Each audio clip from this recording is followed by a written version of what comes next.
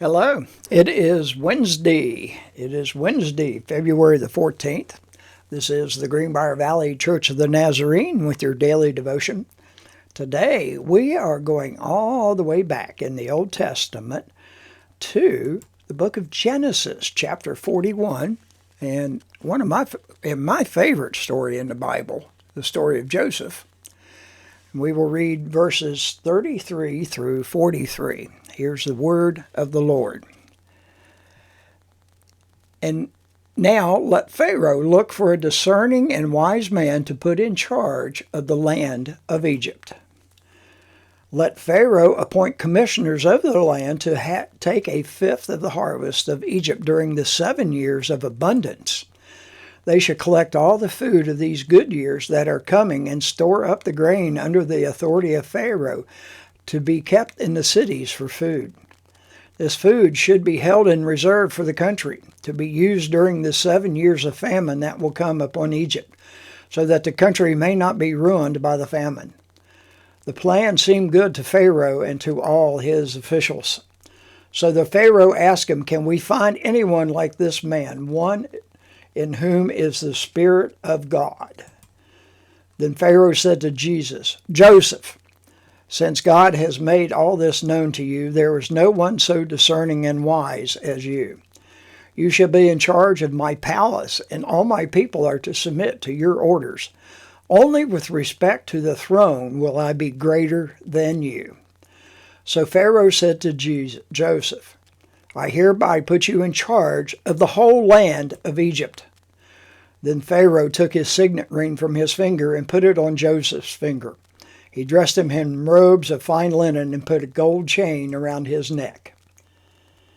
He had him ride in a chariot as his second in command, and people shouted before him, "Make way." Thus he put him in charge of the whole land of Egypt. And that is the word of the Lord. Our article today, written by David Cantarella, is called Godly Consistency. And here's what he says. Imagine surprise on Pharaoh's face and on the faces of his aides when the young Hebrew convict they brought in was able not only to interpret the ruler's strange dream in great detail, but also to clearly spill out on the spot an ingenious strategy to prepare for what was to come. The striking thing is that I don't think Joseph walked into that room thinking he was going to become the CEO of Egypt. Based on his past experience, he probably would have been happy just to make a good impression on Pharaoh and regain his freedom. However, godly stewardship always brings greater results than we expect. Joseph had been a godly servant in the house of Potiphar. Unfortunately, however, the results he reaped had been negative. Yet his consistent godly stewardship, even in prison, eventually led him to recognition and success. Joseph's story is a good reminder today that God honors good stewardship, even when people don't. The results will come, even if they now seem far off. The hymn today, "Give of Your Best to the Master," by Howard B. Gross.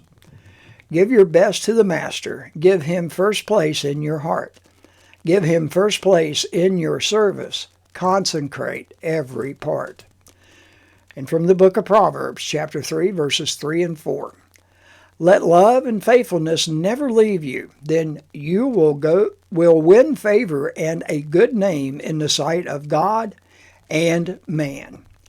And that is your daily devotion for Wednesday, February the 14th. Have a blessed day.